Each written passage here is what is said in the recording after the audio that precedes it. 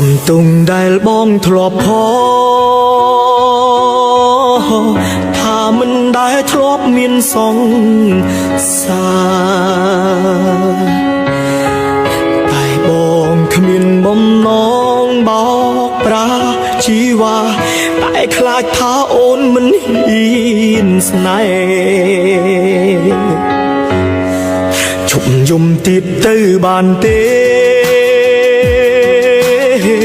មៀងមេឈប់ខូចចិត្តទៀតទៅមើលឃើញបងល្អខ្លាផងណាពេលពៅកុំគិតបងក្នុងផ្លូវអាក្រក់ពេកមនុស្សប្រុងមានសង្សារច្រើនមិនមែនសុទ្ធតែចិត្តសាវ៉ាដូចអូនគិតឡើយតែងដងបងក៏មានតែមួយប្រគល់ឲ្យអូនដោយចិត្តស្ម័គ្រស្មំ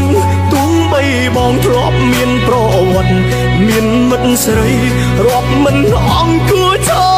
រខ្វល់ទូបីបងមានសង្សារច្រើនក៏បងមិនមែនព្រានីរីឡើយចង់ស្វែងរកសុភមង្គលម្នាក់នោះគឺជារូបនិមលដែលបងចង់ប្រគល់ឲ្យគ្រប់យ៉ាង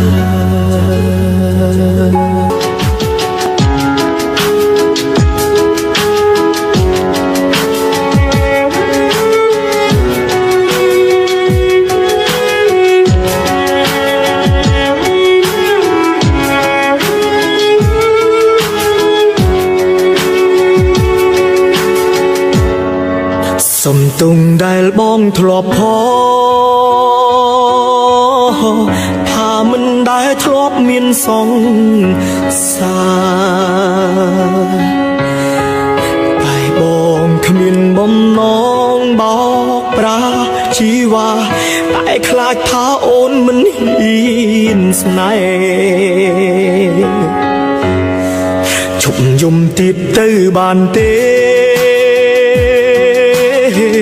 មៀងមេឈប់ខូចចិត្តទៀតទៅមើលឃើញបងល្អខ្លាផងណា